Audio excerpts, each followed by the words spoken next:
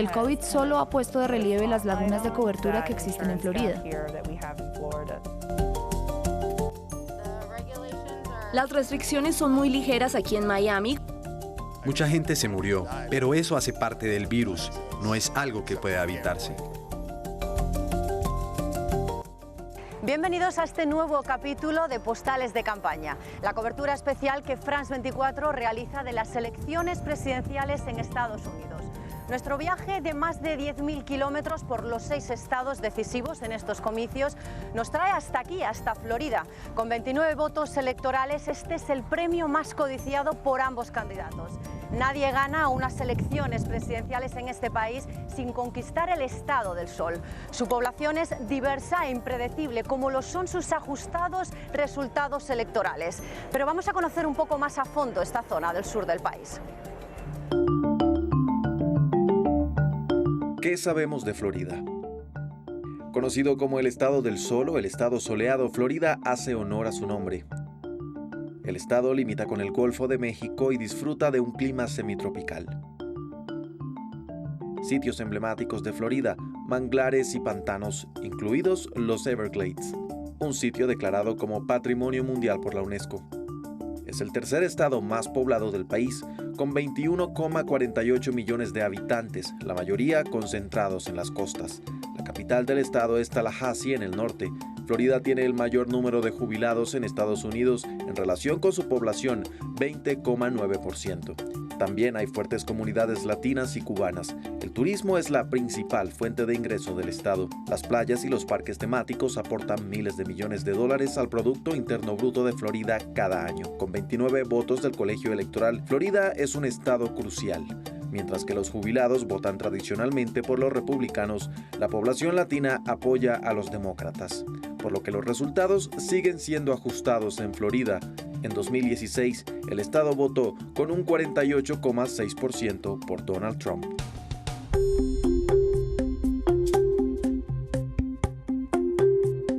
Si hay una cuestión que realmente ha impactado en estas elecciones presidenciales es la insólita crisis sanitaria que asola el mundo. Estados Unidos continúa recogiendo las peores cifras de esta pandemia y no debemos olvidar que aquí hay 30 millones de personas que no tienen seguro médico. El 37% de ellos son hispanos, precisamente una de las minorías más golpeadas por el COVID-19. Con la falta de empleo, muchos han perdido su cobertura sanitaria, motivo más que suficiente para que en estas elecciones los latinos batan récord de participación en las urnas.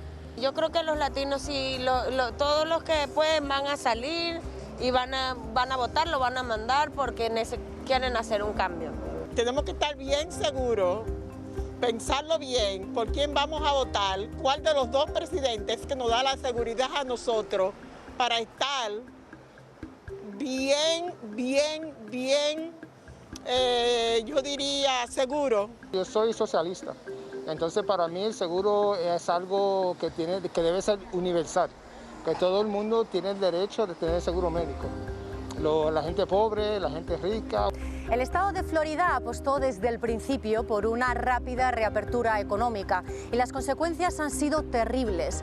En las últimas semanas se han disparado los casos de contagio y fallecimientos por COVID-19, una situación bastante preocupante si tenemos en cuenta que el Estado del Sol es el destino favorito para las personas jubiladas en este país, precisamente la población más vulnerable en medio de la pandemia.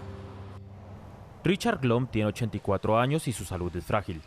Es una persona mayor que hace parte de la población con riesgo de sufrir complicaciones por COVID-19. Las cifras en Florida son totalmente inaceptables y ridículas. Muchos republicanos como yo están hartos del señor Trump. Por primera vez en sus vidas, Richard y su esposa no votaron en 2016. Sin embargo, son republicanos convencidos.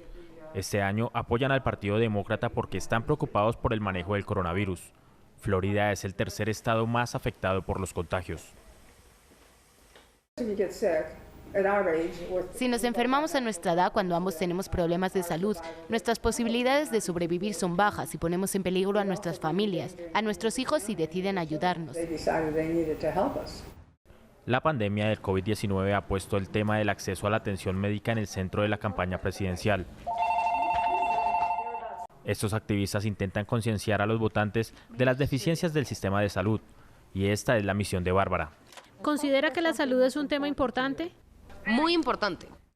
¿Qué opina de lo que está pasando en la Corte Suprema y con la administración Trump, que trata de destruir el proyecto de ley de salud de Obama?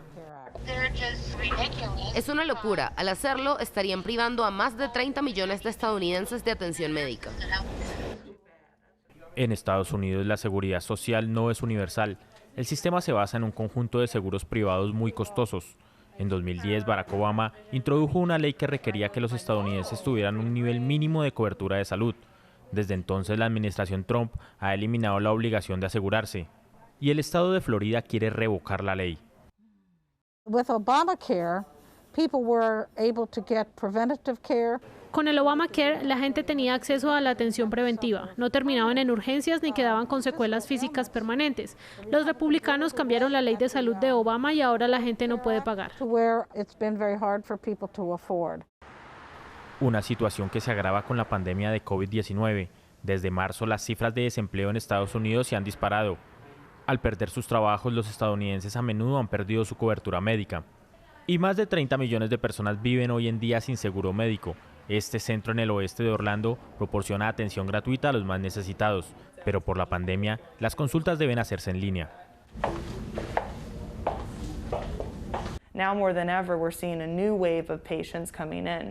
Hoy estamos viviendo una nueva ola de pacientes, personas que hace un año tenían muy buenos trabajos, muy estables y ahora están desempleados.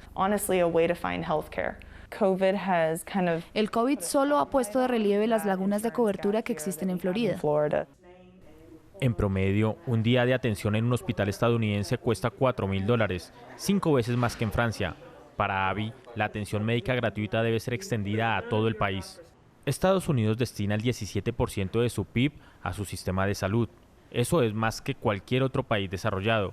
Sin embargo, entre 20.000 y 45.000 personas mueren cada año por falta de atención médica.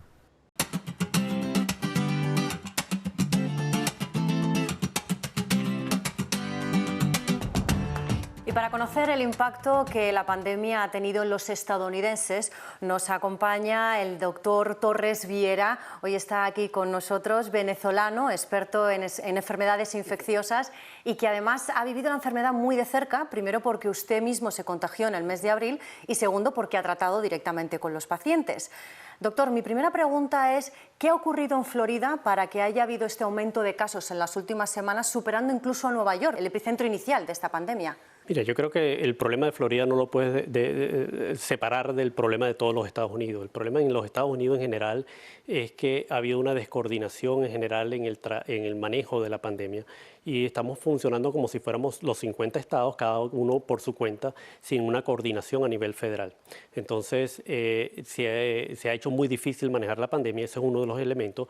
El siguiente elemento es que la gente se relaja rápidamente y deja de tomar las medidas necesarias y eso en parte tiene que ver un poco con la politización que ha tenido la pandemia en los Estados Unidos. Entonces la gente deja de usar la máscara, se reúne. Nosotros en el sur de la Florida somos muy latinos, entonces tendemos a reunirnos, a darnos abrazos, a estar con la familia y eso ha sido difícil para la gente manejarlo. Entonces por eso los números en la Florida están aumentando.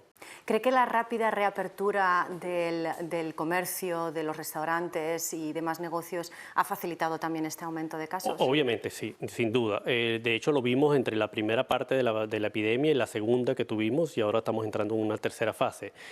Vimos que una vez que logramos controlar todo, cuando se hizo una cuarentena muy estricta, se abrió muy prematuramente, a diferencia de lo que hizo New York, por ejemplo, o lo que hizo Europa. Y entonces cuando empezamos a abrir la ciudad, estábamos todavía con unos niveles de transmisión en la ciudad que eran más altos de cualquiera de estos sitios que te mencioné. Y entonces tuvimos un segundo pico de la epidemia que era incluso más alto que el primero. Y ahora estamos entrando en la tercera fase donde también hemos abierto la ciudad prematuramente, en mi opinión, y estamos empezando a ver el aumento de los casos en Florida a partir de una fase un poco más alta de la que estábamos anteriormente. Grupos minoritarios, afroamericanos y latinos, han sido los más castigados por esta pandemia. ¿Cree que si el sistema sanitario hubiese sido diferente se podría haber evitado esto? Probablemente sí. Hay varias cosas que nuevamente que se involucran en ese punto. Uno es que las minorías en los Estados Unidos, los latinos, los afroamericanos, tienden a vivir más conglomerados, tienden a poseer trabajos que son inevitables que tengas que asistir al trabajo y entonces es más probable la exposición a esos grupos minoritarios. El otro punto, obviamente, que usted habla es el caso del sistema de salud. El sistema de salud de los Estados Unidos, a pesar de que sea un sistema muy potente en términos de economía, en términos de ingresos, en términos de tecnología, es un sistema también bastante disfuncional por lo fragmentado que está el sistema con sistema privado, sistemas públicos, con distintos prestadores de salud de distintos grupos privados que no se interrelacionan. Y eso a su vez tratarlo de coordinar con un sistema de salud nacional o estatal también es mucho más complicado. Entonces todas esas cosas han contribuido para que las minorías hayan sido más representadas en este caso que la población blanca. La vacuna también ha sido un tema muy político. ¿Cuándo cree usted que estará lista esa vacuna para hacer frente al COVID-19? Yo creo que vamos a tener información sobre la vacuna probablemente para finales de este año, probablemente en noviembre o en diciembre, pero la vacuna no va a estar lista, creo que no va a empezar a ser aplicada hasta principios, quizás los primeros 4 meses del año que viene. Entonces todavía nos queda un trecho por andar. En términos de información, sí, es posible que tengamos información de si es efectiva o no. No sé cuántas vacunas vamos a tener para el final, pero no creo que de efectivo, de aplicarse, no va a ser hasta del año que viene. Doctor, muchas gracias por estar con nosotros hoy. Un placer, muchas gracias a ustedes.